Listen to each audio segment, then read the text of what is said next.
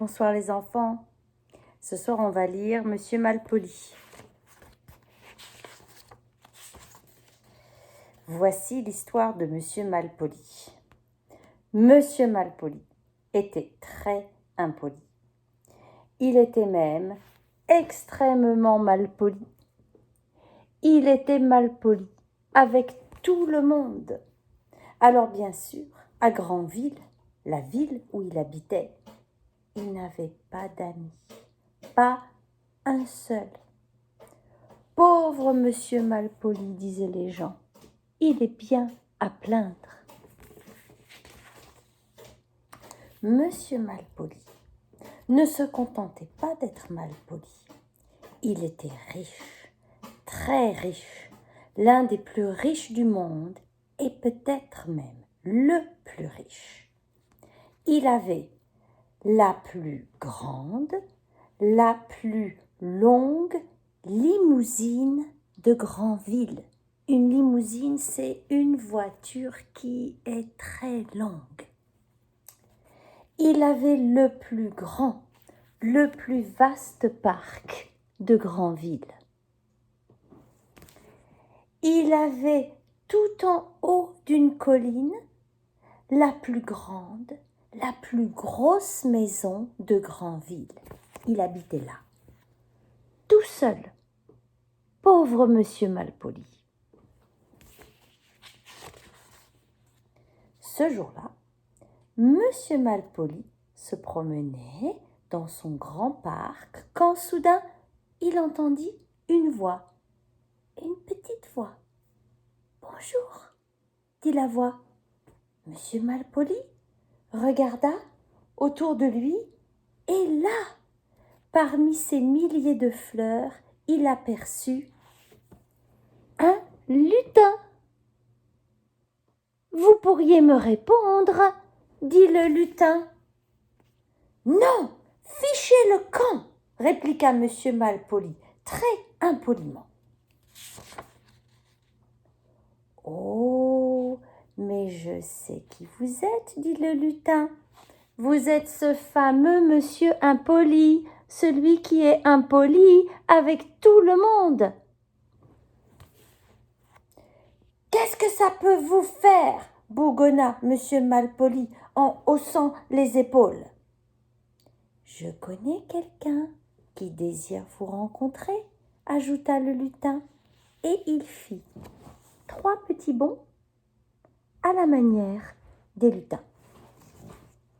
Venez par ici, dit-il en montrant un petit trou dans l'arbre. Vous êtes idiot, complètement idiot, s'écria Monsieur Malpoli. Pas du tout, répliqua le lutin. Si, et même, vous êtes un imbécile, je ne pourrai jamais rentrer dans ce trou. Le lutin sourit, puis il prononça une formule magique de lutin qui ressemblait à tiroli-louti-gloulou. Alors, Monsieur Malpoli se mit à rapetisser encore et bientôt, il ne fut pas plus haut que le lutin. « Rendez-moi ma taille normale !» hurla Monsieur Malpoli, fou de rage. Il est très fâché. « Certainement pas !» répliqua le lutin avec un sourire. Sur ces mots, le lutin se glissa à l'intérieur de l'arbre. Monsieur Malpoli, ne sachant que faire, le suivit. Voilà Monsieur Malpoli qui rentre dans le trou dans l'arbre, après le lutin. Dans le tronc, il y avait un escalier qui n'en finissait pas de descendre. Sais-tu où il menait? Au royaume des lutins. Je veux voir immédiatement votre chef, cria Monsieur Malpoli en tapant du pied. « Ne vous inquiétez pas, vous le verrez, répondit le lutin. Il conduisit Monsieur Malpoli le long des rues du royaume des lutins. Enfin, ils arrivèrent devant un palais. Un palais, c'est un grand château. Un château, c'est la maison des rois, des reines et des princesses. « Qui va là ?»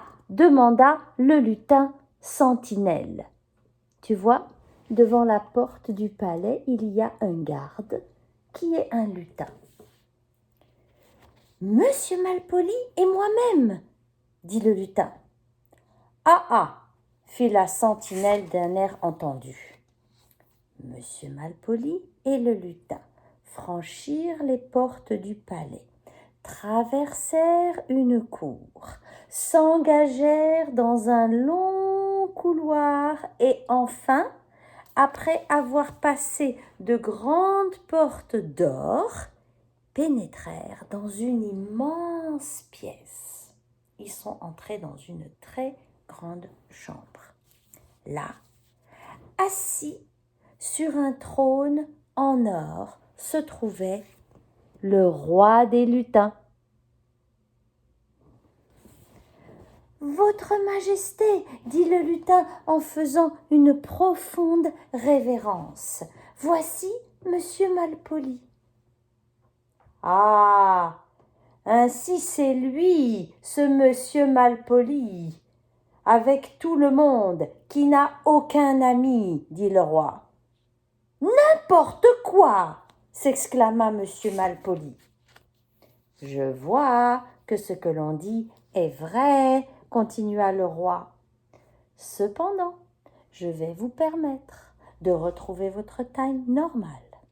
Mais, lorsque vous serez de retour à Granville, si vous vous montrez à nouveau malpoli, vous redeviendrez aussi petit qu'à présent. C'est clair. Donc voilà Monsieur Malpoli qui peut retourner maintenant. Le lutin et Monsieur Malpoli retraversèrent le royaume des lutins, remontèrent le même escalier et sortirent de l'arbre par le même petit trou. Monsieur Malpoli se retrouva dans son grand parc. Le lutin murmura quelque chose qui ressemblait à Walgualgitulilurit, c'est-à-dire Tiroli-luti-glouglou à l'envers.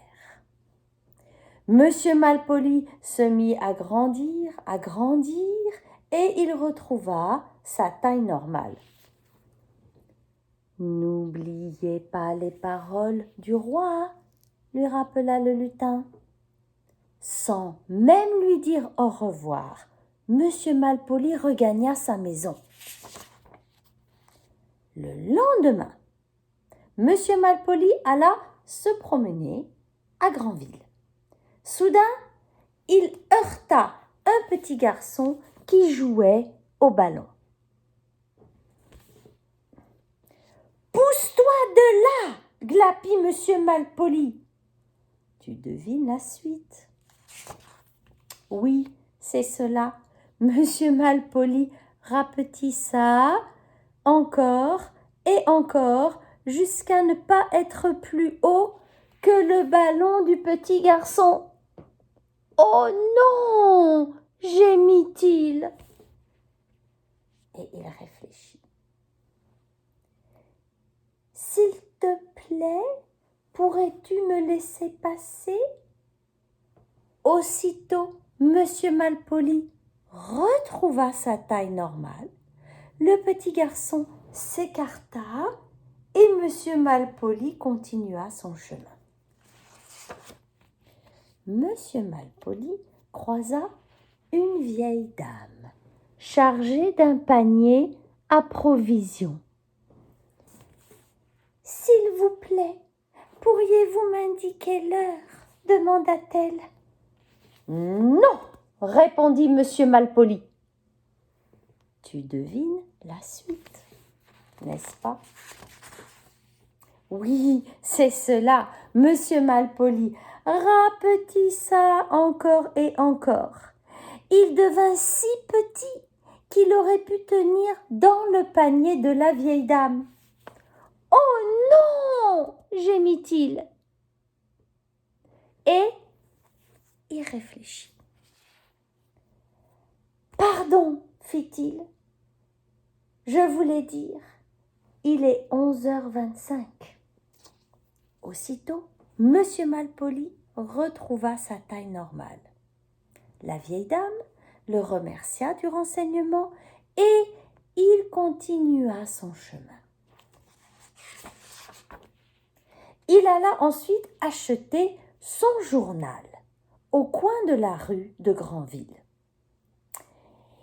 Il s'éloignait déjà quand soudain il s'arrêta, il se retourna vers le vendeur. « Merci » lui dit-il. « Merci » C'était la première fois que Monsieur Malpoli prononçait ce mot. Le vendeur lui sourit. Un sourire! C'était la première fois aussi qu'on en adressait un à Monsieur Malpoli. Un peu plus loin, un passant demanda à Monsieur Malpoli le chemin de la banque. Mais Monsieur Malpoli faillit lui répondre « Fichez-moi la paix !» Mais il se retint juste à temps, il réfléchit et dit « C'est par ici. Voulez-vous que je vous accompagne ?»« Merci beaucoup, » dit le passant. « Vous êtes trop aimable. » C'était la première fois qu'on disait à Monsieur Malpoli qu'il était aimable. Tout heureux, il sourit. Pour la première fois de sa vie, Monsieur Malpoli était heureux et ça lui plaisait. Sais-tu que depuis ce jour, Monsieur Malpoli a beaucoup changé. Il est toujours l'homme le plus riche de Granville et peut-être du monde. Mais maintenant, il a beaucoup d'amis et il sourit tout le temps. Il ne devient plus jamais tout petit. À ton avis, quels sont les 2 mots que Monsieur Malpoli emploie le plus? S'il vous plaît et merci. Alors, si jamais tu as envie d'être malpoli envers quelqu'un, s'il te plaît, prends garde au lutin et merci d'avoir lu cette histoire.